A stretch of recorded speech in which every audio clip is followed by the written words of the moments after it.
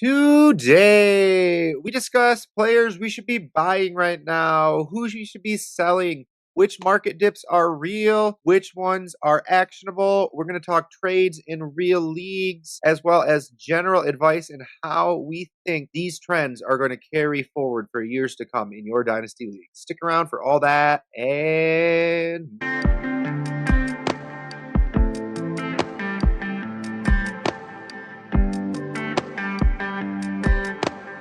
welcome into the Dyno Construction Podcast. Just me and David today, checking in on the Dynasty market, buy, sells, surprises, what to expect the rest of the season. David, how is Dynasty treating you right now? Are you loving it? Any burnout yet from all the waivers? Last week was rough all around, especially, shut up. Losing in the OG league to you does not feel good. I just am having bad luck in that league. I'm scoring top 3 points every week, and I've lost twice. Thankfully, we have against the median, so I still have an above 500 record, but still, though, not terrible. Just lost in some places I really don't want to lose, and to a person I really don't want to lose to. How about you, buddy? I have a couple leagues that I feel like I should be smashing, and I know people don't come here to hear about my teams, but I have Caleb Williams, Ashton Genty, Pollard, Drake London, Brian Thomas Jr., Brock Bowers, Ladd McConkey, Judkins, Metcalf, Herbert in my starting lineup, and I am 1-5. And these guys have been laying eggs, right? Like I got some teams that I thought were going to be great. I've already sold my first in that league. I have an extra first. I thought was going to be an earlier first than mine for sure, but I've had some stuff like that. But all across the board, we're doing good. No panic, and I'm not panicked about that one either. I started Justin Fields week 2, and that's bad luck. I think I can come back, but all in all, it's fun, and I love fantasy football. So let's talk about what players we are seeing. David, start us off with our first buy, not just candidates, but our first buy category. Let's start with, I think, a really important group to talk about. We got a bunch of struggling rookies. A lot of disappointment around that class so far. I think we go player by player here shortly, but like you got Janty at 8.6 points per game, Travion at 8.3 points per game, Travis Hunter 5.9, RJ Harvey 5.3, Colston Loveland 2.4, Caleb Johnson's barely playing. So I don't know. We can go player by player, talk in groups, whatever, but let's talk about how to handle these guys. Are we panicking? Are we selling? I mean, we just listed them in buy candidates, so we kind of buried the lead on that, but let's talk about why we have them listed here. RBs that we expected things from. We expected a lot from Hampton. We expected a lot from Janty. Hampton is not on here, in part because of the Najee injury, in part because of the 25-ish point explosion that he just had, right? Janty, oof, he is hurting me. Like that team that I'm 1-5 on, I thought Janty was going to be a top 12 running back. I thought he was going to anchor my team where I have Pollard and Judkins, as he has not been doing that, and it hurts. I'm not buying him at the same price I was buying him in the offseason. I'm not buying him as a tier 1 running back. I'm not even sure I prefer him to Hampton. I'm going to just start with that question for you, David. In a vacuum, would you flip Hampton for Genty if you could? The lesson here that we're going to talk about the whole time, I think, is patience. I'm not quite ready for that. Janty was a better prospect for a reason. He's the guy there. The offensive line is garbage.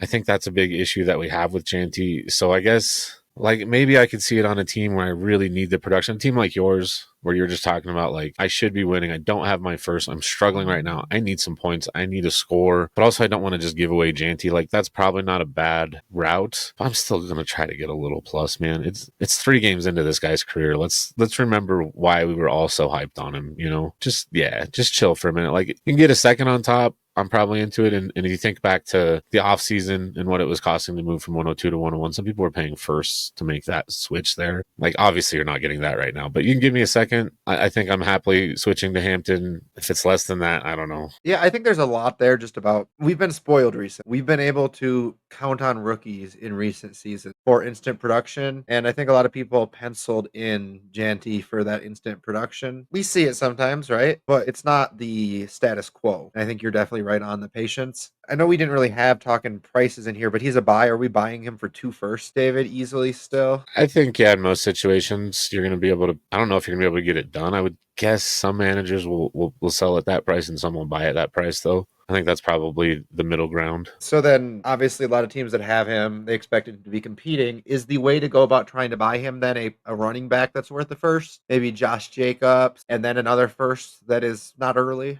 If you're trying to buy Janty, I think that's a fair way to buy it. And if I'm a manager who's panicking, especially like you, like that team you brought up. That's a perfect example for Janty. You need to get some points. You don't have your first. Now this gives you an opportunity to get more consistent points in your lineup and pick up an additional first. Yeah, you're getting a lot older, but I could see that making sense from both sides. I think that's a great way to approach it, either from either direction. You want to buy or sell them. I'm definitely not really in the selling market on that team. I'm trying to weather the storm. I'd much rather just spend my first on a hammer than my extra first that I have on a hammer and hope that rights the storm. I'm going to look at some options this week. I'm definitely on the buying side, but I don't think I really want to pay much more than a Josh Jacob type of value, a Kenneth Walker, Cam Scatabo, and a first like type of thing. If it's Scatabo, I might understand having to put a second on there too, just because he doesn't have that gravitas yet. So next running back, Henderson. For me, it's pretty simple. Smash buy. We expected him to probably start slow. We expect him to be bursty. Eventually, he's going to have a big game where he breaks one off and has 5 or 6 receptions and scores 25 points. And then there's not going to be a buy window anymore. Do you agree with that, David? Yeah, and on top of that, correct me if I'm wrong, but I believe both Ramondre and Gibson fumbled last week.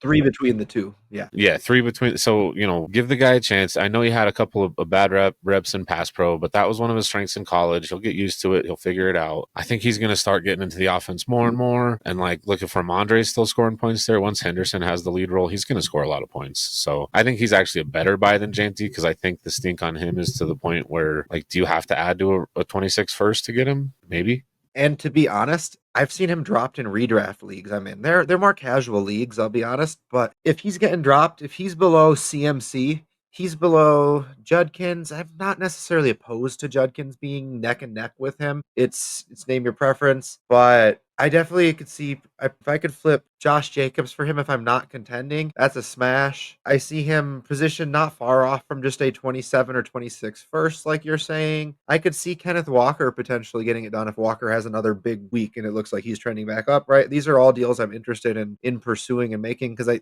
I think he's a early first, not a premier early first talent, but he's a early first 104, 105 talent, right? In just a vacuum. Dude can play. So yeah, I think he's a buy. Next guy, Hunter. I paid a lot for this guy in a lot of leagues. He has done nothing yet. I did not pay a lot for him in a single league where I was looking at him to slot into my lineup. So I'm just being patient. David, do you agree? Yeah, I did draft him kind of early in some redraft leagues. And he's on some competitors where it'd be nice if he was scoring. Don't necessarily need it, but boy, would it be nice. Look, the big thing with Hunter, and we should have all known this was going to be a slow start for him. He's learning 2 positions. It's hard to learn one position in the NFL. Obviously, he's played these positions his whole life, but the transition from college to pros is steep. It's steep for receivers that just play receiver. It's steep for corners that just play corner. He's playing both. He's learning both. They're still kind of learning how to use him properly. So there's a lot of growth to be had in just like that relationship, how they're using him, how he's being used, how he feels about how he's being used. So I'm not surprised it's been a slow start. I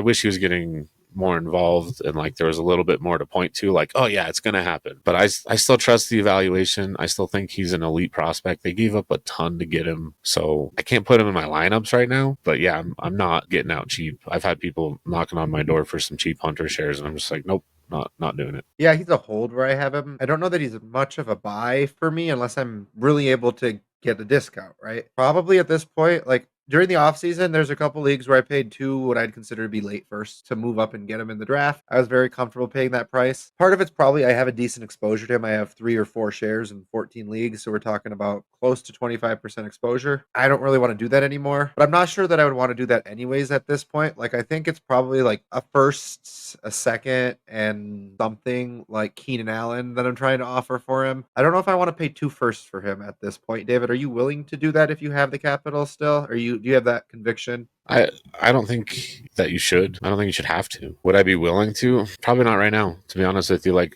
am I willing to adjust that take back quickly? Sure. I'm not going to spend 2 first until there's a reason to. He's struggling right now. It's going to take him some time. He has another bad game, maybe 2 more bad games. Are we talking 1 first, maybe a first plus a Keenan Allen or something like that? So I think he's a buy. Maybe that's just because in my experience, I'm having people reach out to me acting like he's a buy candidate, and I'm being stubborn about it. So I don't know. I'm willing to pay a first. I'm willing to pay a little more than a first.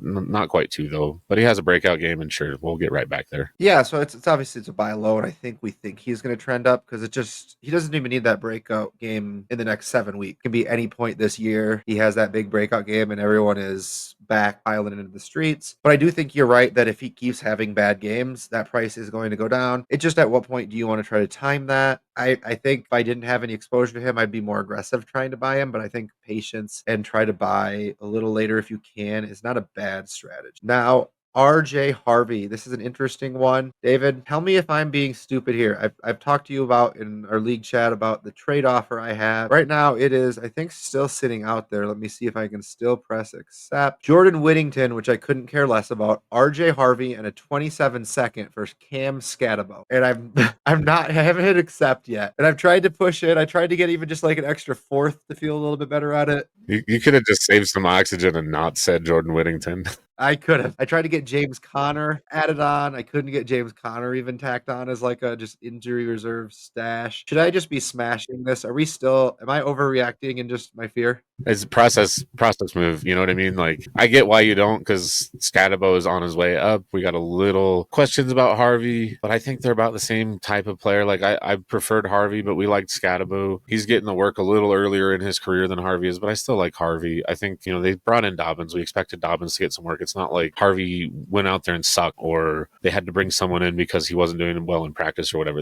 I think the plan was always to bring someone in to help out Harvey. I feel like his path right now is about what's expected. I think Scadaboo's maybe a little ahead of schedule or whatever, but give me a second, dude. This would be an interesting conversation. I don't know if we want to go all the way down the rabbit hole, but I brought this up in our league chat and in the listener league. How many running backs in general are worth more than a second? Not looking for an exact number right now, but pick a random week out of a random year and count how many are worth more than a second at that given moment. There's not that, like 18 maybe 20 at most, probably less, I would say. I don't know. I just think a second in the running back market is a lot. It's pretty powerful. Yeah, and I know a lot of people really like Harvey. People even have him tiered above him. A lot of influencers, people on YouTube that I listen to still have Harvey above that in their rankings, even with all of this. So I did just go ahead and accept that trade, David, as you've been telling me to, before it gets pulled. I've been waiting too long on some trades recently because if against the Chargers he has a bad game, who knows? Maybe we come back down to earth. So yeah, Harvey, he's an interesting one. I'm not willing to value him at a first like I was before the season. I did have offers out trying to trade a first for Harvey several months ago, thinking he might have that workload there, but probably willing to pay about 2 seconds for him. I'd consider a 1-2 swap, except I really just don't want to move a first for a running back unless I'm getting production. So do you kind of agree 2 seconds ish, a Tony Pollard in a second for him, something like that? Sure. Yeah, I would do that. I would sell out a first for both him and Scatabo right now, but I don't think that's what you have to pay to get him. That's kind of why. I mean, Harvey's not a strong buy. I think really the top three were the ones that I would personally recommend reaching out actively to buy, but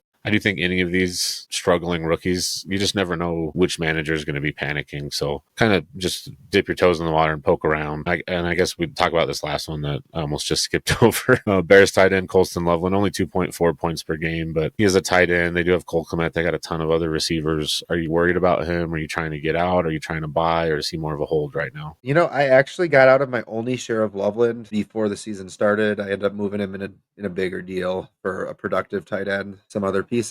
There's just too much there. Too many cooks in the kitchen. Komet's under contract. Lots of wide receivers there. I think eventually they're going to find a pass catching RB. They don't have that right now. So I'm not that interested, to be honest. To me, he's not really a buy. To me, I'd probably try to, if I'm in tight end premium league, I'm trying to get out for a 1-2 swap if I can. I'm trying to add a little bit to him to get a first back. That's probably the direction I'm looking to try to go, or I'm trying to pivot to other tight ends in the area. If I could pivot from him to Tucker Kraft, I'd add a 2-3 swap to get to Tucker Kraft in a heartbeat.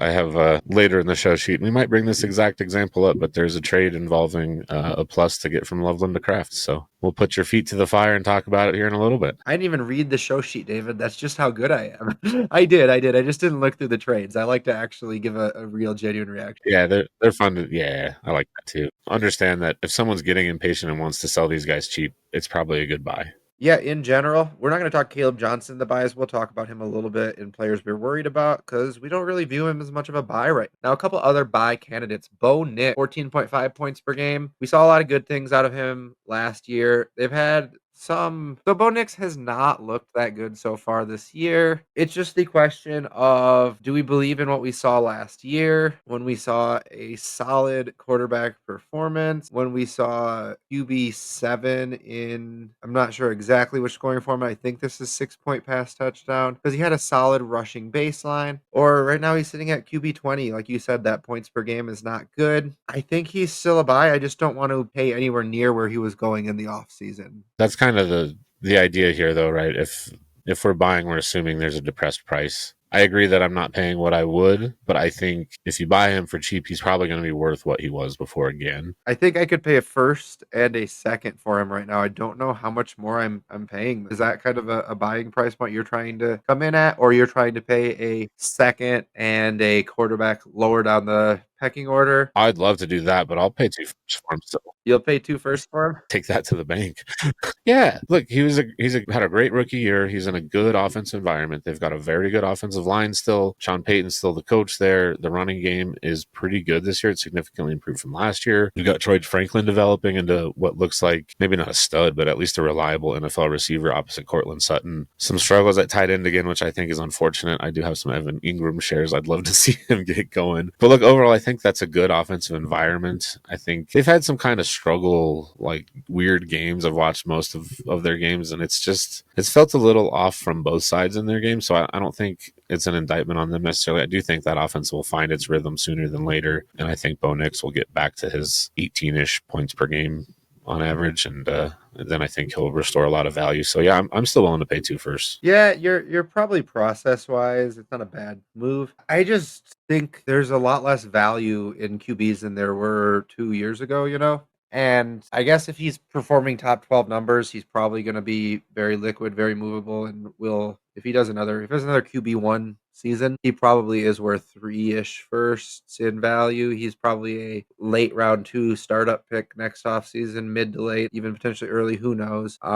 So you're right. I probably should be willing to pay those two first. I guess I'm just a little more skittish on buying quarterbacks than I have been in the past. Little process change for me. All right, moving on. Chris Olave, 13.2 points per game, but leads the NFL in targets. Talk to me a little bit about your Buckeye and why he's a buy for you. Yeah, I mean, the second thing he said there's really the main thing there. He leads the NFL in targets. That's pretty darn good. I think he's averaging a little over 12 targets per game, if I remember correctly. I believe it's 37 targets in 3 games. So that is good volume. We love that. It's a bad offense, so the scoring might be a little down. There might not be as many touchdowns as we like. But he's kind of got that Tua stink with the concussions. You know, if he gets one more, what's going to happen? Like, football's a dangerous game. It's risky for everyone.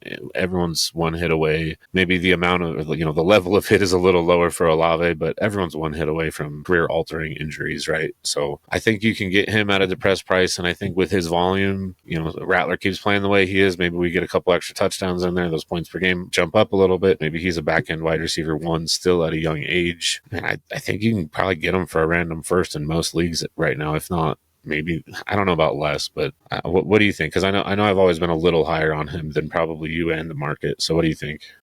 I mean, I'm very interested in a Pearsall type of player for him. If Pittman has another big week and I can get Pittman in a second for him, something in that neighborhood, Chris Godwin, maybe and a 2-3 swap, I'd be willing to pay for him if I don't need Godwin's points in my lineup. And I'm not even sure Godwin will have those points. So see if you can get that with Godwin coming back, because you kind of hedge also the risk of what if Godwin's not the same coming back? What if Ibuka takes more of a role? A million different variables there. So I think he's a great buy. I'm comfortable paying a first with him if I have it liquid. I don't think it's early. I'm trying to build a deal around players instead if I can. I'd love to move Keenan Allen in 2 seconds for him, right? Something like that. If I'm Keenan Allen in a second and a 2-3 swap, something like that type of build too. Get creative, but I'd pay the first if I gotta. And last, we're gonna move into some other wide receivers. Let's talk Higgins separately from Chase right now. Things are bad in the streets. He's not gonna have a great season. Probably he's going to have a couple boom weeks because he's a really good wide receiver, and they'll have situations where that happens, right? He's going to have a 2 touchdown game at one point. I don't know that I'll ever feel comfortable starting him this whole season. So on a rebuilder, is he a buy though, David, at his age to you? He's not young. I think he's 26, turning 27, if I'm not wrong. Yeah, I was legitimately pulling up his player card on Sleeper to look at his age. as you were finishing your question. That's the thing for me. It depends on the price. Like, I do think if you can get like a Devontae Adams for T. Higgins, maybe you got to throw in something. Sure, maybe a second, even as high as a second. But if you can offer something like that to a manager that was expecting T. Higgins points, he's only going to be 27 next year. Like, that is starting to get into the middle end of like a receiver's prime typically. Well, but maybe more middle than middle end. I think probably 27, 28, maybe 29 you can get into sometimes. So I think you have a couple good years left, assuming Burrow is able to recover from his toe injury, which from everything I've heard and seen, he should be just fine next year. I don't hate it, but could I pay a random first for it on a rebuilder? I don't think I would right now. Is that crazy? I would not pay a random first for him in any world. I'm not even sure I'd pay what I know is going to be a late playoff first for him. I'm very happy to pay things that are probably magically considered worth a first for him. Be very happy to pay Devontae Adams for him if I'm in a situation where that makes sense. Obviously, if you have Adams, you probably want those points on most teams. Tyreek Hill would love to swap him for T. Higgins on some teams where that makes sense. If your season has started out where you're 0-3, give it one more week. Hope T. Higgins is bad. Hope your aging veteran plays well. And if you are 0-4, very happy to consider Higgins worth about a first and try to like sell vets for him, but can't pay a first for him. Can you, David? You said kind of no already, right? No, I could not. Now that we've talked about the one that we really don't even want to start the rest of this year, we're going to talk about the guy Chase, and we're going to kind of segue into a conversation about wide receiver 1. So Chase, wide receiver 1, top 3 pick in startups all off. He's definitely still about the same value for me. Not much has changed. I have no shares of Chase, so this doesn't really impact me, to be honest with you. I have him in a couple spots, but yeah, it sucks for this year. He's not going to score 22 points per game or whatever crazy it was last year, but he's still Jamar Chase. The one game, I'm trying to complete blank on his name. Who's the quarterback? Browning. The one game, the game that Burrow got hurt, Browning came in. Chase still had a pretty good game. He was getting targeted by Browning a ton. Last week was just a weird week. So I think Chase will still be solid this year. And then once Burrow's back, he's right back. He's 25 right now, so he'll be 26 next year. He's still got another good year or two before I think he starts losing his tier 1 status due to age. So as long as Burrow's back and healthy, I think Chase is a slam dunk tier 1 wide receiver. So if you can get him right now for less than tier 1 prices, I think that's something worth doing. And just for reference, roughly our tier 1 wide receiver price, we generally have around 3 firsts, maybe a little more. So if you can get them for less than 3 firsts right now, I'm into buying that. Are you still like 2+ firsts? If I have them to spend, I guess my problem with a situation like this is how often I don't have that many rebuilders right now. I think I only have like 3 solid hard rebuilds. And while he is a piece that I expect to be a good wide receiver 2 or a flex play, I don't know that I expect him to like anchor my lineup consistently this year. I think he'll have some weak winning weeks. He's a good guy to have in my lineup. But if I'm spending that type of price, I'm probably looking for a hammer. And I just don't know that I consider him a hammer this year as much as I consider him like a 16 point a game guy with upside and maybe some downside. Now, I were to tell you he might not be a hammer this year, but he's Mjolnir every year in like the next 4 years. I just don't think that's the way I'm trying to buy him. I think I'm much more likely to try to approach him on teams where I guess, no, now that I actually walk through my thought process, I'm going to say like, maybe I can try to turn JSN or I can try to turn Puka into him. Now I'm talking about turning a hammer into him. So why not just What about take the pick? if you're a slight rebuild or your team hasn't started off great, you're thinking about retooling, and you have Amon-Ra and the guy with Chase as a competitor, would you make that swap? In a heartbeat. Chase? Probably for either situation, right? Would you take on Amon-Ra for Chase if you're competing? I feel like I'd need a plus to tear down from Chase. I think they're only a year apart in age. There's the market value piece of it. And I think next year there's going to be a big market gap between them going into the season. But I don't know how much I'd be willing to add to Amon-Ra to get to Chase on the opposite side. So I think I need a plus if I'm going down from Chase. But I don't think I'm adding much more than I'll throw you a third to go from Amon-Ra to Chase. And probably not anything more than that. What about you? I think if I'm rebuilding, I would definitely prefer Chase if I'm competing. I don't know if I could actually pull the trigger, like if I was staring at that with my finger on the mouse ready to click it, but I could definitely understand preferring Amon-Ra on a competitor right now. He's a stud. He is that hammer. He is a potential league winner. Like I said, I think he's only a year over Chase. He's still in a good offensive environment. So I think what you're giving up in age and you're getting in return in points this year. I don't know. I find it hard to hit accept, but I think on some teams I might. All right. And then next 2 guys, we're going to kind of talk through quickly. Lamb, 12.7 points per game, injured, out several weeks. I don't think I'm paying three firsts for him at this point, but I think I'm paying two firsts and a second pretty happily. Something like that, but I'm probably not trying to pay three firsts of value anymore.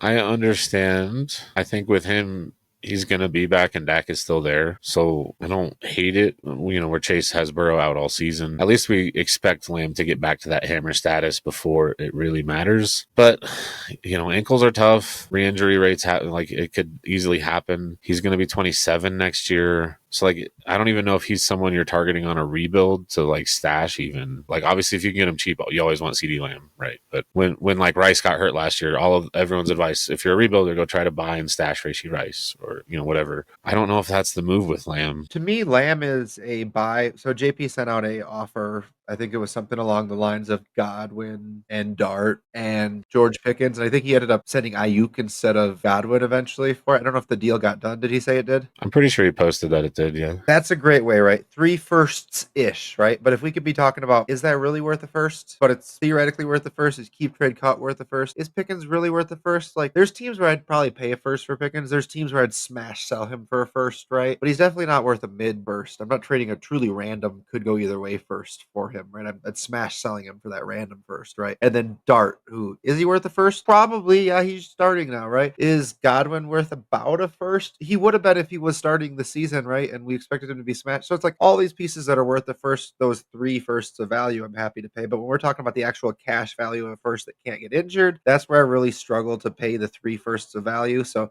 I think he's worth three firsts. I just don't think I really want to pay it right now for him because I don't know when he's going to come back. And let's segue before we talk about our last wide receiver. That's a buy. Let's segue into just what do we think, David? You had a point about what you think tier one wide receivers are going to be next offseason. Who are going to be the top 4 or 5 wide receivers in your book? What's tier one to you? Yeah, I think we'll start with who's not in it because I want to transition into the last guy because he kind of set me up for that. So who's not in it? I don't think Lamb and I don't think Justin Jefferson. They're both elite. They're both still going to be hammers, but they're both going to be 27 this time next year. And that's, like we talked about, you're starting to get into the middle of your prime. We saw, AJ Brown take a pretty steep decline. We're seeing Amon-Ra start to slide, and really Lamb and JJ, I think, are the same age as Amon-Ra. So it's coming. These guys were very young at one point. They're not very young anymore. They're still great assets to have, but I don't think either will be tier one over the offseason. I think Puka, maybe wide receiver 1, either him or Chase. I think those two are, Malik Neighbors. I think those 3 are pretty much locks for tier 1. And then my dark horse, the last guy I think we want to talk about in this section, I think JSN has a really good shot to end up there. He's very young. He's wide receiver 5 on the season at 19.4 points per game. You finish around 20 through the season, you'll be higher than wide receiver 5, and that is an elite finish. He's got a 36% target share on the year. And more than that, man, he just looks really good out there. He's their passing offense. He's the stud. He's the alpha. He's everything we wanted him to be and more. No, I'm just kidding. But yeah, I love the way JSN has started his season. I thought last season showed this as a possibility. If he keeps this up, I think tier 1 is in his sights. Yeah, he's fantastic. I bought a couple shares of him this offseason at prices that now I'm just ecstatic about the values I got on him. And I think he's going to go up even more. I really do. I think he's that guy. I think he's Amon-Ra, probably my best comparison of a guy that just an offense can entirely run through. He can get 30+% of target. He's not Chase, right? He's not that good, but he doesn't need to be a true fantasy league winner, right? He doesn't need to be Chase. He doesn't need to be able to moss guys. He's going to technique guys, right? He's going to just be smarter, better route runner. You can't stop me from getting 10 catches a game if we need me to get 10 catches a game, and they need him to get 10 catches a game. And I don't think they're going to be in a position to draft anybody that's going to be better than him in a while. Maybe they'll get someone through free agency. Maybe they'll get somebody who they get him at the end of the first and they end up being better than them. But I wouldn't bet on that. He's phenomenal. He's going to be the alpha there for a while. He's young.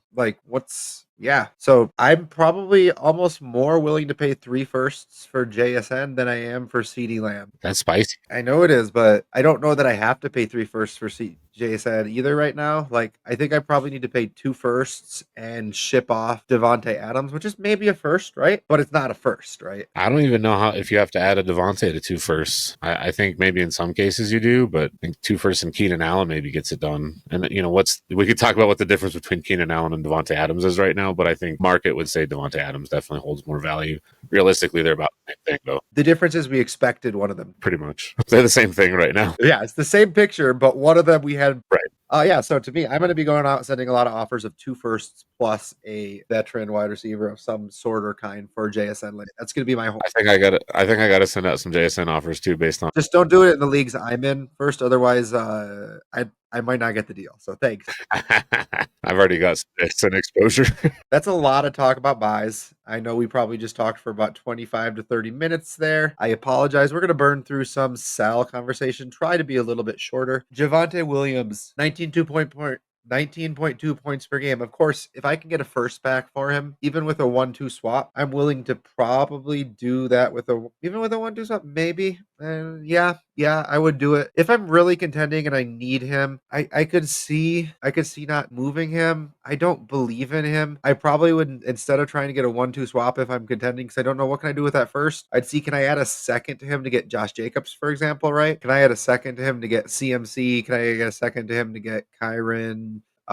Any aged wide running back like that. I'm not opposed to just holding him, though, if I can't get something better that actually has value. I'm not looking to just liquidate him unless I'm on a rebuild, right? He's going to get a lot of volume. Yeah, he's going to get points this year for sure. I think 19.2 is not reasonable to expect rest of season. If that was the case, he'd be a hold for sure, because you want to capitalize on that later. I think pivoting to a more stable asset makes a lot of sense. Like you said, adding something to get to a Jacobs or someone like that. I could see trying to add, I don't think you have to add nearly as much, but I'd probably add a little bit to get to Cam Scatterbo right now. I think that's interesting. I think if you want to pick up a pick, you could probably pivot. I don't know. He's hard to pivot down from because of the points he's scoring and the price he's at. I'm not even sure I prefer Josh Jacobs over Cam Scatterbo. I would take Jacobs over Cam Scatterbo in a vacuum, but it's been one good game for Cam Scatterbo. I like him too. I'm a fan. I'm not saying it's a fluke. What I'm saying is let's pump the brakes. I'm calling him a hit. I've seen plenty of people doing victory laps on Scatterbo already. I hear you. I hear you. One good game. All right. But mostly the reason to sell Javonte is just to get to a more stable asset. That's the point there. Yeah, absolutely. We just don't trust him keeping up the productivity he's had, but he will have volume. So probably settling in closer to 14 to 15 points is probably the range we'd predict, give or take, especially with the CD injury. We expect the offense to regress. Nico Collins, 14 points per game. He's good. He's good at football. That offense is not good. What are we doing? Yeah, I mean, we're going to have a little deeper of a conversation about the Texans here in a few minutes, so I won't talk too long on this. But I bought him at an elevated price too, but he was going pretty high. He's already 26. If we got to wait another year for this offense to get fixed, he's 27 all of a sudden. Like his career's passing him by before we know it. Like it took him a little while to grow to what he is. So he's older than we kind of expect for only having a couple of really good years. If you can still sell him at tier 2 prices, I'm doing that. Would you try to add like a second and a third to get to CeeDee Lamb? Is that like the type of direction you might want to go? I could see doing that, yeah. If you don't need his production in your lineup, if you have Chris Godwin coming back and you can plug that in or something like that. Can I pivot for cheaper to JSN? That would be, yeah. I mean, I'd prefer JSN. Can you get it done straight up in some leagues still? I think honestly, like maybe not more than half, but I think a reasonable amount. That it's for me offering 1-for-1 at the same position is weird. So I'd bake something else into that trade just so it doesn't look like a straight up 1-for-1. But trying to get that done essentially, And you have Tucker Kraft as a sell candidate. To me, I actually would put him as a buy candidate. I'm pretty willing to pay in tight end premium. I'm smashing buying him for a first if that's still even on the table. I think he's a buy, and I think I might be willing to pay a little bit more than that. I think he's the guy there. I think he only didn't have a great game last time because he was injured, right? They were talking about him maybe even missing weeks. Look, he's a stud. Okay, yeah, for a first, I will, but I don't think that's his price anymore. Who's tight end 4? I think it's Tucker Kraft. Is he tier 1? Probably not, but he's definitely tier 2. I think. And look, I did just watch this episode, but I'm going to plug another podcast because we like to do that anyways.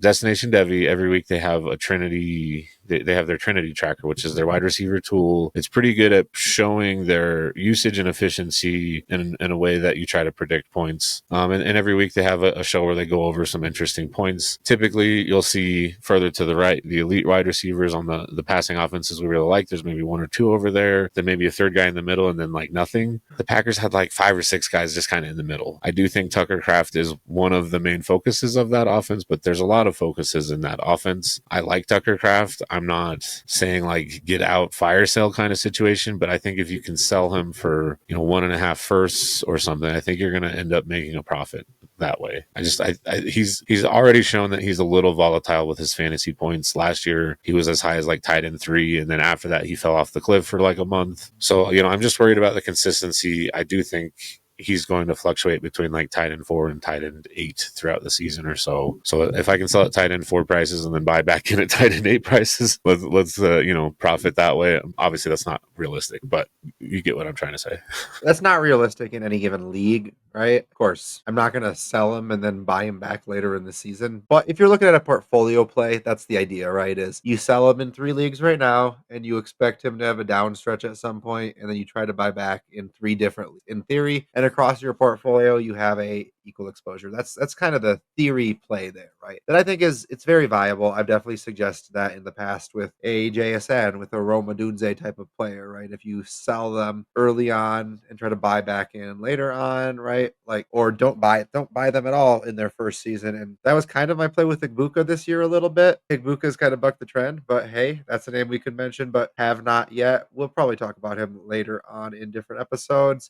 Corey Krosky-Merritt, last guy we have in our show sheet for sells. To me, he's not a sell yet, unless I could get kind of a first value for him. Just because I still do think there's going to be a game where he rushes for a 70-yard touchdown and he has 120 yards and maybe 2 touchdowns. And that's when I want to try to sell and I want to get that first. But where I have him, I'm definitely trying to move him. Maybe that's greedy. I'd take a couple seconds and a other running back that's somewhat startable for him for sure too. But I really do think you can get a first for him at some point this season if he does one of those games. I think we might have already missed the window to get a first for him. That's a crowded backfield. Even after losing Eckler, it's still a crowded backfield. Chris Rodriguez got, I think, the first 4 carries of the game last week. I might be off on that, but it's a 3-person committee right now. We've got a young guy. He's a 7th round draft pick. He's been hyped to the point where you might be able to get a first. You might be able to do a 1-2 swap, a 1-3 swap, something like that. I've seen those get done in my leagues. I've seen those get done on Dynasty Daddy. If I can get anything approaching a first for him right now, I'm doing it. I'm getting out, just like the Javonte thing. Get me a more stable asset for the price that this guy is going for. Just don't trust it. I don't believe it. I hear you. Might be right. He might have a spike game that gets his value higher. But what happens if it's 3 or 4 bad weeks and then the spike week? Is it going to be what it is now? So if you can get a first right now by adding to him, I'm like you're saying, I don't know that you can right now. Maybe you can. Send out the offers though. I'll take 2 seconds. Are you taking 2 seconds? Yeah. Probably the right process move. Can I use less than that to go buy Javonte, increase my points per game, and pocket something, Can you flip JCM for Javonte? I think you get Javonte plus, couldn't you? Possibly. I don't know. Javonte's such a weird asset because he is. So is JCM. But one of them's exciting. Yeah. I'd be willing to flip JCM for Javonte. I only have 1 JCM share, and I might go try to make that offer because I'd rather have Javonte. Try to get a third. Yeah, let's see what happens. All right, so those are our sells. Those are our buys. We have a long show for you that we expected. We put the buys and sells section in our show sheet to last about 12 minutes. I think that was 12 minutes, right, David? Yeah, the recording clock is at 51, 55. We'll probably edit it down to, I don't know, 45 or so, 40 maybe. Yeah. And to be fair, the rest of the show is just buy, sell masked with different wording. So there's a lot of changes. We didn't get a show last week for a couple of different reasons. So we just got a lot of stuff we want to talk about. So we do appreciate if you're sticking with us through this whole thing. And so let's talk about our biggest surprise and whether or not they're buys or sells. It's all buys and sells. You're right, David. It's all buys and sells. Danny Dimes, 22.7 points per game, QB4. First question is just, is this... So you hear every single podcast, right? So we're going to reinvent the wheel here and say, it's like Sam Darnold last year. We don't know whether or not we should buy in. Gino a couple years ago, Baker 2 years ago. We got a new type. Who's next year's this guy? That'd be an interesting thing to talk about in about a month, probably. I'll tell you a secret though. If he's the real deal, this is the floor at this point, right? In price, right? He's only going up from here if this is the floor, right? If he gets a contract extension and he's running, he's worth 2.5 firsts in a second, right? With a contract extension there, Let's see the extension for if he gets a Baker like, yeah, but if it's Darnold like, I don't think. it's a 1 year like Darnold for sure, for sure. But yeah, I'm very interested in buying him. I might go try to. Here's a question, David, and I know I saw something in the show sheet about this. I almost am curious about selling dimes. I have a league where I think I'd move Stroud for dime if they'll let me. Is that crazy? I saw that get done straight up. Is that crazy? I think it is still, yeah. We're 3 weeks into the season. What if Danny Dimes is legitimately nothing because he's sucked most of his career and he's had 3 good games now with a new team? Are we thinking he is the next Baker because we want him to be, or are we thinking that because he actually is? You know what I mean? So what do you need on top of dimes to feel good about that? So this is really interesting for a few reasons. First, we do have this in the show sheet later. What was it? I have a 2-3 swap in there. So Jones in a second, Stroud in a third. We can just talk about that particular offer now. We can talk about some of the other ones in the trade segment. But you taking Jones in a second or Stroud in a third? Obviously, in this situation, we're assuming competing team where this player is starting in your lineup. If they're not starting, sit on Stroud. Let him be your QB3. That's fine. Right now, I'm starting Darnold and Jordan Love. So you would be starting anytime. So yeah, you paying the 2-3 swap to make that move, or I guess you're getting the better end of the swap, right? You're getting the second with Daniel Jones. Objection. I don't like the question that I asked you. Overruled. Yeah, give me an answer.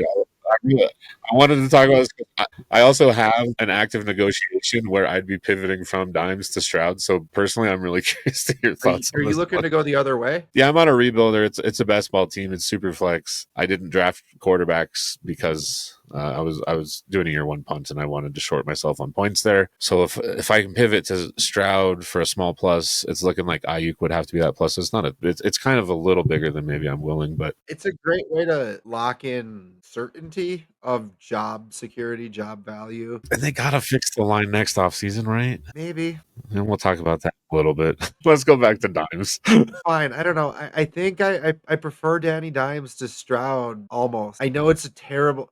I don't know that Stroud's worth more than a first. Stroud worth more than a first? I think so still. Like I'm nervous about him. I think he's a good quarterback though, and he's got a great receiver one. We think they've addressed the rest of the receiver core. They're still young, so there's some road bumps, but man, that offensive line is just so bad. If they can get that fixed, I think so. Anyways, I guess maybe we'll pivot to Stroud and the Texans after this one, even though it's not how the show sheet works, but we're talking about them enough. So let's wrap up Danny Dimes. I think I'm willing to pay a mid to like a late. I expect this to be a contender for a buy first for him if I really need to. Like I think that was about like early second, 1-2 swap was kind of what I was thinking for Fields as a 1-year rental, right? Where like I don't really think Fields is gonna, but I think he can be a QB1, high end QB1. And I think Jones can be a high end QB1. He's gonna be the guy there. I don't think that they're going to ever go back to Richardson, right? I don't think you can go back to Richardson. He's gonna get a whole year, and I think as long as he's healthy, he's going to be producing because he's going to be able to just rush enough, right? He's good. He's a good runner. Like when you look at him, he is a good runner. As long as the turf monster doesn't get him like it did that one time. So I think I'm willing to do it. I'd much rather do a 1-2 swap for him, but I think if I had to end a gun to my head, I just lost Burrow and I need to replace him still. I was starting Browning and I don't think Browning's reliable to get me to the chip. I think I'm willing to do it because I think it's also like a potential invest. That's the only reason why is because I might be burning it, but also it might go to 2 firsts, right? I don't think I can do a late first right now. I get it, and I get it. I do. But again, it's been 3 weeks. I'm going to keep saying that. I've been saying it. It's only been 3 weeks. What if he just continues to like downtick a little bit and then he settles in around like 15 points per game? Like you get a year of starting out of that, even if he doesn't get an extension, like it's not a terrible loss at a late first, I guess. But man, does that feel wrong? I don't know if I can actually do it. Yeah. I'm going to try to work together deals in different ways to get him, to be honest. All right, foot back to the fire, and we'll pivot based on this question though. Dimes in a second, Stroud in a third. I just hate Stroud, so Dimes in a second. I think I'm taking it. Let's talk a little bit about why we're down on Stroud. I think he's had 2 games over 20 points in the last 20, so that's dating back to the beginning of last season. They are last in the NFL right now in points per game with 12.7. That is terrible. O-line allows pressures on 34.6% of dropbacks. That was like 23rd, 25th, something like that. So not the bottom of the NFL. But when your quarterback struggles under pressure, you're allowing pressure on a third of his dropbacks. That's not good. Stroud only at 12.4 points per game, just under the Houston offense at 12.7 points per game. So what do we do here, man? Obviously you're down on him. I'm a little higher just because I think long term I still think there's something to believe in there. But like, can he be Goff? Can we just get him in a good situation where he can distribute the ball properly? I'm not saying can they have the Lions offensive line, but can they have a good enough offensive line to where he could be like Goff? Maybe. I'm not personally betting on it though. Like So I'm out. I'm just out. I prefer Dimes, dude. that's crazy. Straight up, I need that. I do need that 2-3 swap to get it. Because I just You taking a random first? yeah, I'd take a random first for Stroud in a heartbeat. I would love to get a random first for him in that league where I'm starting Darnold. Hard to blame you. Yeah. I do think, I mean, he's a good quarterback. He's very accurate. When he has time, he's shown that he can rip defenses apart. He's got Nico still. It's risky. I think I don't want a high exposure to Stroud right now, portfolio wise. But man, a first for a guy that was QB1 at one point in his career. Was he ever really QB1 or was he? He was. I get it. But like that offseason, the startups that year, it supports that, you know? That's when Trevor Lawrence was also a round one startup pick that year. And Trevor Lawrence you're taking a random first for him probably with the way he's playing, right? Yeah. So I was debating offering a random first a couple weeks ago, and now I'm thinking, man, I'm glad I didn't do that. yeah, so it's Lawrence and him. I probably almost even still just prefer Lawrence over him because I think the situation will be better. But I think Lawrence has a little more rushing upside than Stroud does. So it's just a sloppy quarterback that like my other thing about him is yes, I've seen him be a good NFL quarterback at times, but even when that's happened, I haven't seen great fantasy results tied with that slinging the ball around. Like it's been mediocre to He had some elite games in his rookie season. It wasn't the whole season, but it takes the right situation for a quarterback like him. And this is a lesson I think we all need to learn. It takes the right situation for a quarterback like him to truly be elite in fantasy. I don't know if he'll ever get back there, but even if he's just like Brock Purdy, he's going to be worth more than a first. Like probably closer to 2 or a little over. I think, though we've probably talked about Danny Dimes and CJ Stroud a lot, more than enough. I did kind of like that, though. Good surprise, bad surprise. They kind of reflected on each other. We can do that again here with 2 different teams that I want to talk about. So let's start with the good. The Chargers, man. This team, we thought they were going to be really run heavy. We were nervous about some of these weapons. Herbert leads the NFL in passing yards. Chargers have the highest neutral pass rate according to Hayden Weeks. For those that are curious, neutral pass rate, first and second downs, winning percentage between 20 and 80%, and you exclude the final 2 minutes of each half. So just when the game is up in the air still, you're not just trying to run out the clock or you're not desperately trying to catch up. And when it's not third and long and you're clearly throwing or third and short and you're probably running. So yeah, they're just throwing the ball over the place. You got Keenan Allen, 18.8 points per game, Quentin Johnson, 18.6, Ladd definitely down at 10.4, but he's not getting the touchdowns right now. He is getting the usage. I do expect those 3 to kind of even out. I think they'll probably all finish the season pretty close to each other. Just an offense you want a part of, though, right? Like Oronde Gadsden, putting some bids in on him in some redraft leagues just because why not? You just want to be a part of this offense, right? You want any piece of it right now, I think. yeah, it's a fun team. RIP Najee Harris, but also wheels up for Hampton right now. Like there's probably 5 fantasy starters on this team week in and week out because I don't think you can sit Ladd. I don't think you can sit QJ. I don't think you can sit Keenan. Obviously, you can if you have the team right, but they're all probably at worst a flex play, right? Keenan's probably the best play right now, week to week. I almost prefer starting QJ over Ladd, much as that hurts to say, just because I think he's got a better chance at a touchdown every week. But they're all starts. So what a fun offense. And the best part, of course, is Herbert's running. That's the part you love to see is those design runs. Because, like, what's my complaint about Stroud, right? Why do I prefer Lawrence over him is I think Lawrence has a little more rushing upside. I want any quarterback why is Bo Nix still a guy we were talking about earlier that's a buy even though he's not performing? Because adding 4.3 points a game rushing last year, right?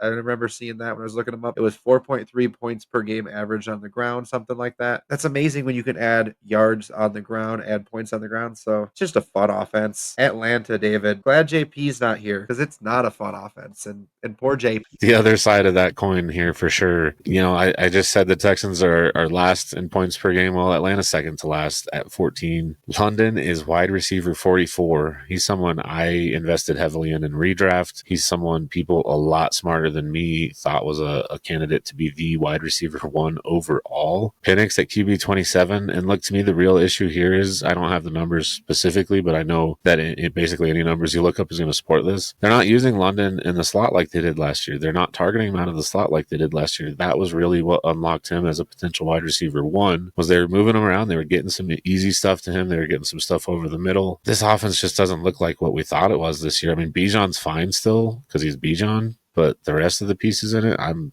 nervous about. Yeah, I have a lot of London across my portfolio. I have one league where I have London and Ladd both move into my bench. It's a good problem to have that I can afford to keep them on my bench. But like London, that team I was talking about at the beginning of the episode, I'm 1-5. London's one of my wide receivers, right? Teams are struggling with him. So he's probably a buy at this point, right? We believe in him. It's the talent question mark. Can I ask you, how sure are we prefer London to Garrett Wilson? Because we definitely had them in different.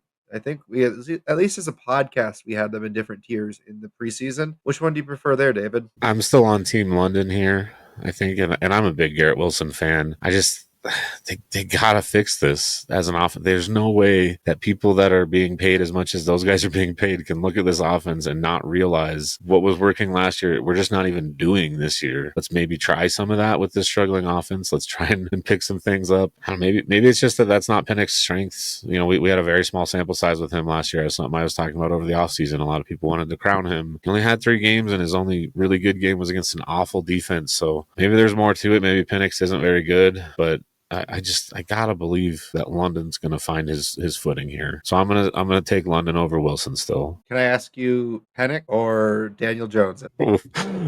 My mind just said immediately Daniel Jones. So I'm gonna say Jones. I'll admit I've never been that high on Penix, and I'm nervous about his start so far. So like maybe I'm not.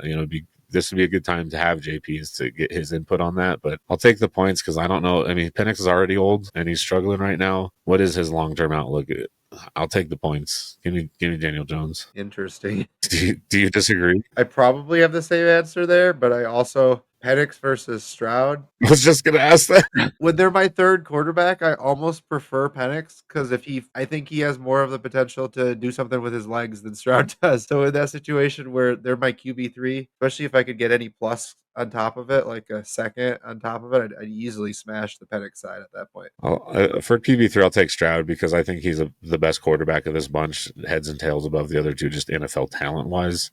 So if they fix that situation, I think Stroud can regain that value. I'm nervous about Penix. I've been nervous about him his whole NFL career through his scouting process and everything. So yeah, I think I put him 3 out of Stroud times and Penix long term even. And while we're just juxtaposing the good versus the bad, let's do a couple more rookie running backs we haven't talked about yet. Well, we've alluded to Cam Scatabo. We talked about him. I made a trade for RJ Harvey earlier in the episode. Scat, 13.6 points per game, but 24.1 last week. Primetime game against the Chiefs, who, by the way, they apparently have a pretty good defensive line, so we should care about this. We'll see what they do against the Chargers. 1 week as the featured back. He performed very well. We don't know that it's going to continue that way, but it looks good. What are your thoughts, David? You said you're selling him earlier for any first, any random first? Is a playoff first? You know this team's getting a bye. Are you doing that too? That's a lot more team dependent if we're talking random or if we're not talking random. But if I can afford to sell him for a first, which if you're competing and you had Scatabo, you probably weren't counting on him to be a hammer for you. So you probably can afford to sell him for a first. I still want some exposure to him. I think he's a really fun player. I think he's a good player, and I think he could easily maintain a first value. But it's kind of like the question I asked earlier of how many backs are worth a second. How many backs are worth more than a first? Not that many. A rotating slew of 8 to 12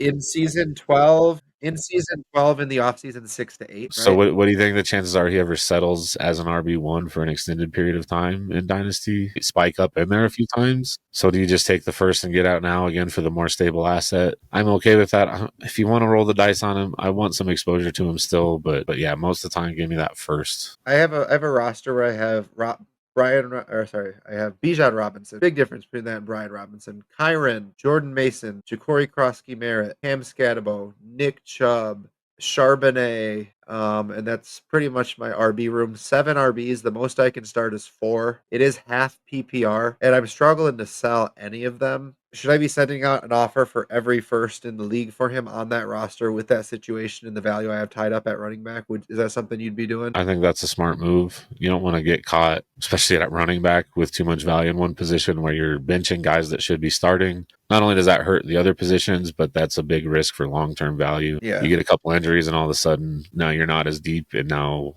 you don't have nearly as much flexibility because those guys you just can't sell for as much. So yeah, whether it's Scatabo or someone else, if it makes sense to sell other players, I would try to trim that room a little bit. Okay. Yeah, I've been putting some feelers out on the running back market to players, but have not been sending out offers in mass yet. So talk about the backside of this coin. Yeah, let's go to Caleb Johnson in Pittsburgh. I'm just gonna say the one note that I put for his name right now. He's in the doghouse, man. His coaching staff is not happy with him. That's not something that's a career threatening thing. Typically, it's not been a good start to his career. How are we feeling about Caleb over there, Justin? Pretty close to out on this guy at this point. Of course, I'd take him for if I could, you talk about all these RBs that are barely worth a second, right? If I'm not contending and I can move Tony Pollard, Ramondre probably not anymore after this week. Joe Mixon, if he starts looking like he's going to come back, I'd probably, if I'm not contending, I definitely would prefer moving him for him. All the other kind of run-of-the-mill running backs that are veterans. Unfortunately, James Conner's just out. He's a name that comes to mind, no longer RIP. But any old running back in that type of range, I'm happy to try to pivot to Caleb Johnson. I probably would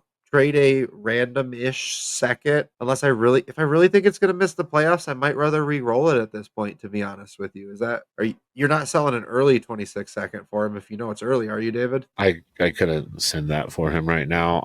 He's hard because like a big part of my brain is like, it's been 3 games, don't panic. He made a mistake that happens in the NFL. It was just one mistake. I think he just let a kickoff go over his head. It was still a live ball, so they got a touchdown that really hurt the team. That's a dumb move, but he's young, he's learning. Like, you're gonna go over that road bump in your career and you're going to get past it most of the time. I still think he's got a good chance, but like, this is something else we were talking about off air. Like, what is his upside?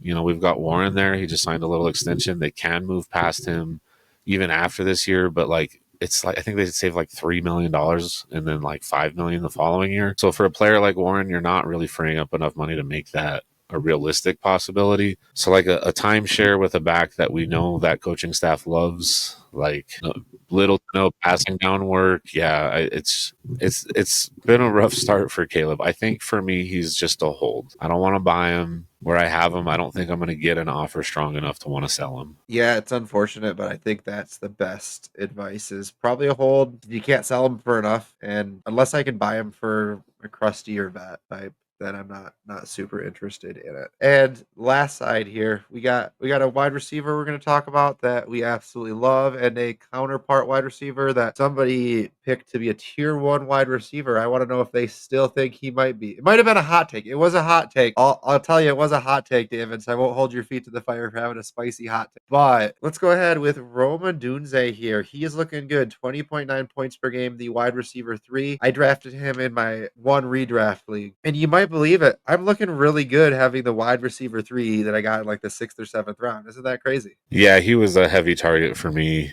in redraft where he was going. It seemed very obvious that he had a great opportunity to take over as the alpha in that room with a quarterback we all liked with a brilliant offensive mind. I think it seems to be working so far. Early returns are definitely positive. The numbers are a little inflated with some touchdown production, but he's got the role and size that would make you think he should be a target in the red zone pretty much all the time. He's also a big play guy, so is he being elevated by touchdowns, or is he just showing us that he's going to score a lot of touchdowns? It's hard to say right now. I will say I almost put him in my tier 1 when we were talking about it earlier. I think he's got a chance. I just think based on his rookie year, I think if he's less than 20 points per game, I don't think he'll be tier 1. But I think if he breaks it, I think it's possible. I do think he'll probably be at least tier 2 though by the end of the season. It's hard to imagine a scenario where he's not at least a tier 2 dynasty wide receiver, especially if he keeps this up. He's another one I'm sending 2 firsts for in every league tonight, or maybe tomorrow morning at this point. Kind of getting later on. I'm old, but he's on my. It's JSN. It's Romadunze are on my make an offer for in every league that you don't have him, David. It's fine with me, and I want to say Rome's tied for my highest exposure wide receiver in Dynasty, so I'm even willing to further invest. Honestly, I don't like being super others, but yeah, let's do it. The guy's great. I'm gonna bring one up for you because I think this is in the past at this point, even though it might come back up. And he's a friend of the show. Kyle Fields the Doubt on Sleeper. Definitely not calling you out. I just think this one's funny because he's trying to buy his first back from me in the listener league. He's got a bad team. He's trying to rebuild. So we've been talking back and forth. And at one point it was Rome, his first, and a couple other like decent target throws, not great ones. I think Jalen Milroe was one of them. And I was trying to get Brock Bowers. And over the offseason, I think we could all agree that was a light offer. It was a little light. But at this point, what looks like it's going to be 101, 102 in the 26th draft in Rome for Bowers, like, I'm kind of glad it didn't happen. Give me the package there. Yeah, at this point. At this point, which is saying something, and I get why you turned it down. And I even said, like, if I had the assets to offer more, I would. But at this point, I'm kind of glad that we never got to a final package there. And what's kind of funny is in the offseason, I think if it was Marvin Harrison Jr. and the probable 26-101, I think a deal would have gotten struck. I think that would have been accepted. Now I have a question. If you had MHJ and the potential 101, would you move that for Bowers? So I guess the real question I'm asking is MHJ or Roma Dunze in Dynasty, David? At this point, you got to take Rome. I don't think there's a question. And I love Marv, and I still believe in Marv, and we'll talk about that very shortly. But like, Rome was a great prospect. He was drafted highly. We knew he was going to struggle year one, just like Jason. We expected a year two growth, and he's not just meeting, but honestly probably exceeding most, if not everyone's expectations for this year so far. Again, 3 weeks. Keep that in mind. But it looks like a 20-point per game wide receiver out there too. It's not just fluke stuff. It's not, he caught a 70-yard. It's not Trey Tucker, who might also be averaging 20 points per game. I mean, he did have a 30-point game, but he's looked good. He's looked like the best wide receiver on their team right? And Trey Tucker's not even the third best pass catcher on their team, and no one thinks he is. No, we didn't put him in sell candidates, but if you can sell him for something, do it. I'd love to rewind to the hot takes episode because I was between Marv and JSN as picking for tier one, and boy, does it look much better for JSN than Marv right now, man. It's just the same things from last year. He and Kyler don't match. I don't know if this is ever going to be fixed until he doesn't have Kyler as his QB, and that sucks. They're fantastic redraft. It's also like they're so entertaining. You know what I mean? Yeah, they make me feel like I'm just hanging out with them. I love that. I love the feel of it, to be honest. If we ever can even get close to that type of we'd have to like each other first, and we're definitely hating. Yeah, rivalries. Yeah, they make that joke. They called him Meowvin Harrison Jr. because they watch the Cardinals a lot. They're all Cardinals fans, and they're saying does not have that dog in him. When Kyler's scrambling, he's not like working his way back to the ball. He's not going up looking like he's trying to win the ball on some plays. I don't know if it's something you saw at all at OSU, but it's definitely concerning. Marv's a dog. He got that dog in him. He'll be all right. Where is it? Is it underneath here? Where is it at? Whenever it comes out, it scares Kyler away. I'm nervous, man, and I'm maybe the biggest Marv fan out there. I'm very nervous about him because we just even week one, it looked kind of like maybe, okay, they're starting to do it. I saw a couple of short things. His touchdown was a short touchdown. It was an easy thing. It was a layup. And then the last 2 weeks, it's more of the same. Marv had a couple of bad drops. I guarantee you he's in his head right now. I know that's an issue. But even if he gets his confidence going again, is it ever going to be what we wanted it to be with Kyler and that offensive scheme that they have? I'm scared, and I bought some Marv shares. I almost sent what will certainly be a late 27 first for him in a league, and I just couldn't pull the trigger. I still might do it, but I mean, he talked to me 2 months ago, and I'm willing to pay 2 firsts for the guy. Now I might not pay a late 27 first. It's quite a slide. Really not willing to pay a late 27 first for Marv?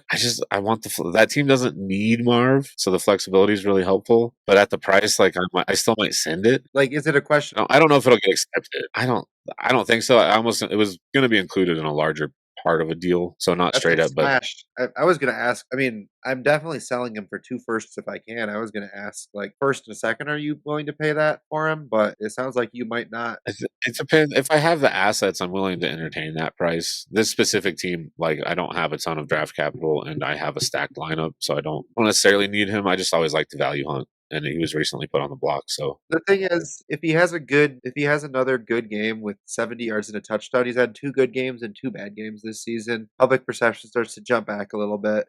I need that like 10 to 12 target game. You know, I want to see that a couple times. He's getting like 5, 6 targets a game. That is going to be tough to get when I just don't think it's a great offense and a great coaching staff. There's a lot wrong there for sure. All right, so definitely a down guy. Definitely one we're interested in buying him because he'll always have that ability to bounce back and name value a little bit. He's still young, but we're definitely not buying him anywhere near where we in the offseason. All right, now we're going to do some quick hitters. David, Olave, we're going to talk a few trades. I'm going to send one your way. You'll tell me. I'll tell you if I agree. Olave in a second or JMO and a third. I'll definitely take Olave in the second. I might even still take Olave if the picks were switched. I was going to ask that question. I definitely prefer Olave, and it's not even close. Olave over JMO, pretty easy straight up. How about Olave or Jackson Dart, New York Giants starting quarterback? Somewhat team needs dependent for me. If I'm starting Justin Fields this year, and I just don't think from what I've seen that he's going to be their quarterback next year, and I know I might need my QB in the future, and I have a lot of wide receiver depth, I'll probably go Jackson Dart. Vice versa, I'm pretty solid at QB. I drafted Jackson Dart because he was the best value available. I'm pretty willing to go Chris Olave. So, but if I have both hammered down, if I don't need either, I think it's the right answer is Olave because wide receivers are more flexible. But the upside shot, the guy most likely to be worth two first, potentially more, is Jackson Dart. So it's just a question of, do you want the player who's most flexible, although the injury makes him less flexible, at the most valuable position currently in the dynasty landscape, or do you want the guy that is a lottery? Yeah, I think this one's close enough that team and league settings will decide it for me in most situations, but in a vacuum, I kind of think the point that stood out to me the most, with the one I would make here, is the upside of Jackson Dart. If he does hit, he could be worth significantly more than Olave if he hits right now, because Olave is always going to have that concussion, and he's, I believe, 25 right now, so it's not like he could be healthy for a year and then still be young enough to where he can grow into a tier 2 receiver again. I don't know if that's ever in his future. So unless I need Olave, I'll take Dart just for the upside. And I think we've basically answered this one. When I put it in the show sheet, I even had a follow-up. I don't think we'll need it though. Olave or random first. I'm okay on either side of that. If I need Olave, I'll spend the first for it. If I have it, if I don't need Olave, I prefer the flexibility of the first. Late first, I probably prefer Olave though. If I know it's a guaranteed high team, they're 6-0 and they just already played and they're just fantastic. I think I'm taking Olave over a late Henderson. So crazy trades. These are real trades and real leaves, David. Shut up. Henderson I love Dynasty Daddy. or Lad McConkey. In the offseason, I'd have been offended if somebody sent me Henderson for Lad McConkey. But here we are. I'm sticking with Lad, mostly because I love receivers, but also we liked Lad more. They've both been a little down, but I really want pieces of that Chargers offense. He's going to have huge weeks where his value is going to recuperate. So give me Lad on that one for sure. Correct me if I'm wrong. Keenan is old. Henderson or JCM and RJ Harvey. I'm going to stick with Travion there. I did think this one was interesting to see it get done. I think you're almost getting credited for a first for one of these two. Maybe 3/4 of a first for both. I don't know which one. I prefer Harvey personally, but which one in the market? I don't know. I'm okay getting out on both of these guys for the better prospect, though. Let's consolidate. Let's take Henderson. I don't think JCM is a thing. I'd be inclined to. And last, Henderson or random first and second. That's like the upside of my price for like any running back that I'm not very, very confident in. So that is tough to pull the trigger on, but I still like Henderson. I still like his situation, and I kind of think that change is going to happen maybe as soon as this week. So if you are trying to buy him, send out offers now. But I think I could pay that still, as long as I have the assets. If I have the assets to spend, always our answer. Don't hamstring your team's flexibility. Ashton Genty or BTJ, another guy we maybe should have talked on, but before we answer this, David, BTJ, somewhere between wide receiver 7 and 10 still for you. Not too worried about it. Still think he's the guy. He's really good at football and he's getting targets. I've seen a decent amount of that team play this year. He doesn't seem like Lawrence's first read maybe ever. Lawrence wants to spread the ball around to players that are a quarter as good as BTJ and Travis Hunter. Like, I just don't wanna throw it to the good guys. Like, maybe like Parker Washington, let's get the ball to the tight end Strange a little bit. Maybe I'll throw it to ETN a little bit, like Diami Brown. Why throw it to the best? Like, this guy can host it every time I give him the ball. I'm okay. I'm good. I'm nervous about him, but like I just he's so good at football. He's got to be okay, right? Do you agree? Well, let's answer that question with BTJ or Genty. Yeah, give me Janty. I know it's weird for me taking the running back. I think he has a better chance of turning it around right now, and Trevor Lawrence scares me. I think it's team need dependent. Sure. If I probably prefer BTJ if I have no needs. But I think Janty is probably more likely to be like a player that could win me a championship this year. So the answer is probably Janty. Yeah, the right answer is Janty, I think. Yeah, I've changed my mind. Janty and Ladd or Bucky and Nico. That's interesting. Yeah, I'm still not exactly sure. I think Janty and Ladd is probably the right answer for most situations, but that's really just a player take trade in my opinion. I think they're all close enough to where I don't care. I just want the side that I think has more value insulation here, so I'm probably going Janty and Ladd. But I do think Bucky and Nico might perform better this. And last, Janty or a 26 first, second, and third. It looks like somebody emptying out the cupboard for Janty, which is always risky because you want some flexibility. But at that price, at that price, you're smashing it, right? Don't panic, sell Janty. That's kind of why I put this in there.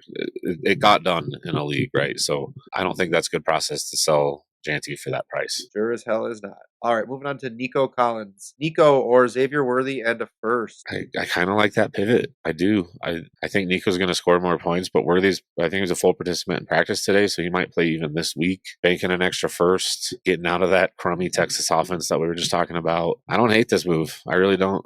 It's probably not available anymore, but if I could get Zay Flowers in a first, I'd feel a whole lot better. But yeah, I think I'd take this if I couldn't get like somebody I like more. I think Zay's ascended from the Worthy tier since Worthy had that injury. Nico or not Jalen, but Tyler Warren and a second. Yeah, and we'll assume our 175 tight end premium. You have to. I think I'll take the package. I like Warren. I think he's a really good player. I think he is tight end 3, and I think if he has another week or two like this, he's probably tier 1 tight ends. So as much as I like Nico, I just wish that offensive line was better. If they had an average offensive line, I'd take Nico. But the situation the way it is right now, I'm okay getting out of that offense for this price. And Nico or Debo and a random 26 first and second. 2 firsts-ish of value, but not 2 firsts. Ish. I think at this point I am going to stick with Nico. Debo's just a little too old for me to make that pivot. If I was confident that wouldn't be a playoff first, I'd be a lot more interested. But at random, I think I'm just going to stick with Nico because I do still think he's a hammer. Yeah, I'm inclined to agree with that one. And Tucker Kraft, again, we were talking about him earlier. Kraft or Loveland and a second. That's pretty easy for me, honestly. Yeah, if I'm competing, it's definitely Kraft. If I'm not, I'll think about it because I do think Loveland can rebound. And 175 tight end premium, though, Kraft is a pretty good start. Kraft or JMO? That one's definitely a lot more team need dependent. Honestly, looking at these prices, I think you need to be able to get a little bit more for Kraft to be a sell. But I just feel like in the market, you can get a little more than these trades. Maybe he needs another spike week.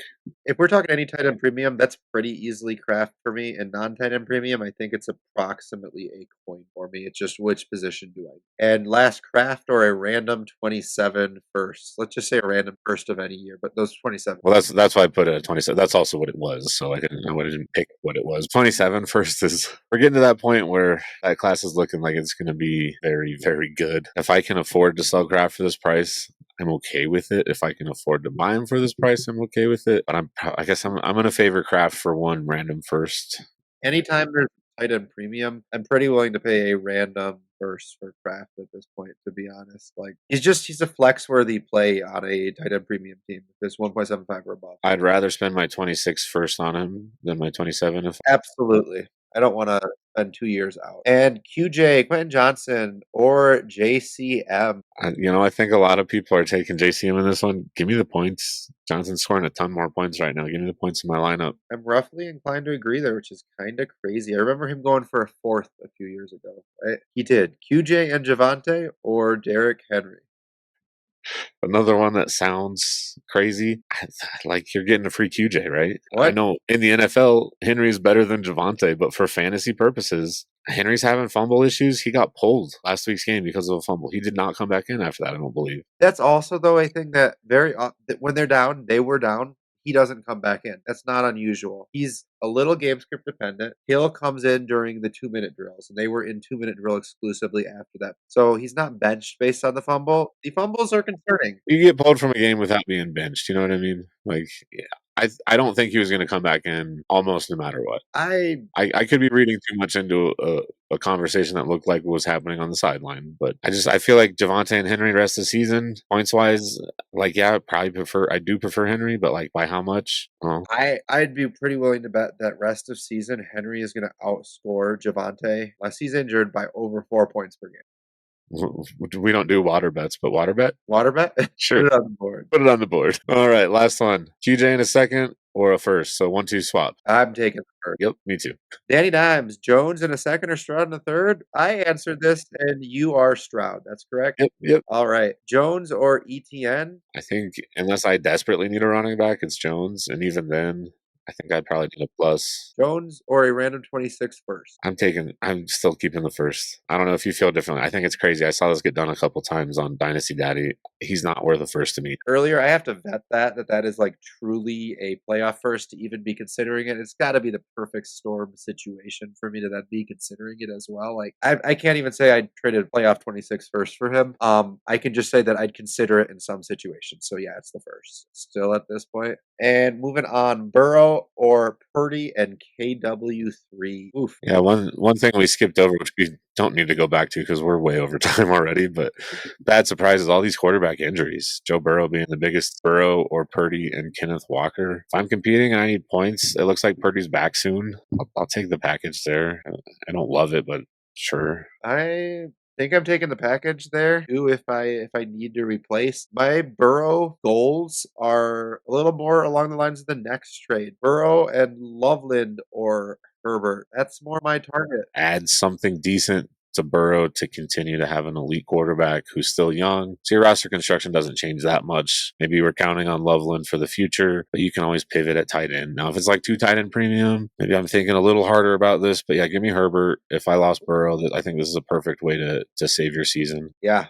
The other target, don't have it on the trade sheet here. I love also looking to pivot to Jordan Love as well from Burrow. And I think that got done straight up a couple of times on Dynasty Daddy, actually. Yeah, that's a pivot I'm trying to make in some. And Burrow or 2 random 26 first. I'm still taking Burrow here. I don't think it's fallen out quite. Those have during that. And even then, I mean, I guess if it's a league where like those are just going to be so much more liquid and I can do something more with it if I'm doing that to then, and I know I can buy a quarterback in the Herbert Love range for those 2 first, but just in a vacuum. Last but not least, London and a random 26 first or Puka Nuclear. Yeah, I think this one's kind of funny because I believe this was posted on X over the summer. This trade happened, and someone reposted and said the first was on the wrong side. And then I forget who it was. I'm pretty sure it's an analyst that I like. I'm not trying to dog him. We all have wrong takes. And if you were to give me ever a Puka and a first for London, you're looking really good right now. But yeah, you talked to me a month ago about it. I think that's way too expensive. But at this point, give me Puka. Yep. It's crazy how the times are changing. London or Waddle in a random 26 first? I'm sticking with London here. I still think he's going to recover. I do not believe in Waddle enough. If it was an early first, I might think about it, but London's young. He's good. What if it's Worthy? Going back to that Nico Collins. No, that's interesting too. I think London's age is the difference between me taking it for Nico and passing for London. I do think it's a lot closer than Waddle in the first because I think Worthy has more upside. So do you have Worthy or Waddle higher then? I'm just curious. I prefer Worthy to Waddle. Okay. Yeah. Gotcha. London or 2 random 26 first? Last one we have here. I think that's about the price. And I think London's going to bounce back, man. I know I've been saying it all show. Sorry to sound like a broken record, but I really do. So I'm willing to pay that because I think it's a reduced price for him. Yeah, I think London is a little riskier of a buy than JSN and Rome. London or Rome? For a trip? We traveling here? Yeah, you're paying, right? Sure, yeah. Give me Rome, man. Let's do it. Crazy, isn't it? It's crazy. I might send that one. I might send that out in that league. I'm 1-5 and see what happens. Huh? I don't hate it at all. It could look bad. It could be jumping the gun on a 3-week sample size, but I think the signs have been supporting the direction Odunze is heading. So I believe in it. All right. So key takeaways: don't overreact. Take a big deep breath for the most part. There are definitely some players that we want to sell, not because we think we're overreacting, but because we think other people are overreacting to small sample size. We might be wrong. There's definitely a chance we're wrong on selling Javante. These types of recommendations we're making are based off of a process that we are we're trying to follow trends, and we're trying not to get too stuck up on a player's name, with the belief that on the whole, across our teams, across all of the teams we have, that if we follow these types of ideologies and theories that we talk about, we'll get the positive results year over year. So we might be wrong. Tell us which players you think we're wrong about in the comments below. But just understand that it's just that thought process of, it's what you were talking about. I like Scadabo more than I like RJ Harvey, probably a second more than I like RJ Harvey. That's really just, it's not very good process, right? So I should take this trade. And I took that trade. So just keep it in mind. It's small sample sizes. People are overreacting. Make sure that you get a bigger view, not just this 3 games, so you can see the forest from the trees, not just the trees. David, anything really to add to that? I think you hit it on the nail on the head. I hit it on the head. Whatever. It's been a long show. Look, we're 3 weeks into the season. It's awesome to have enough data to feel like,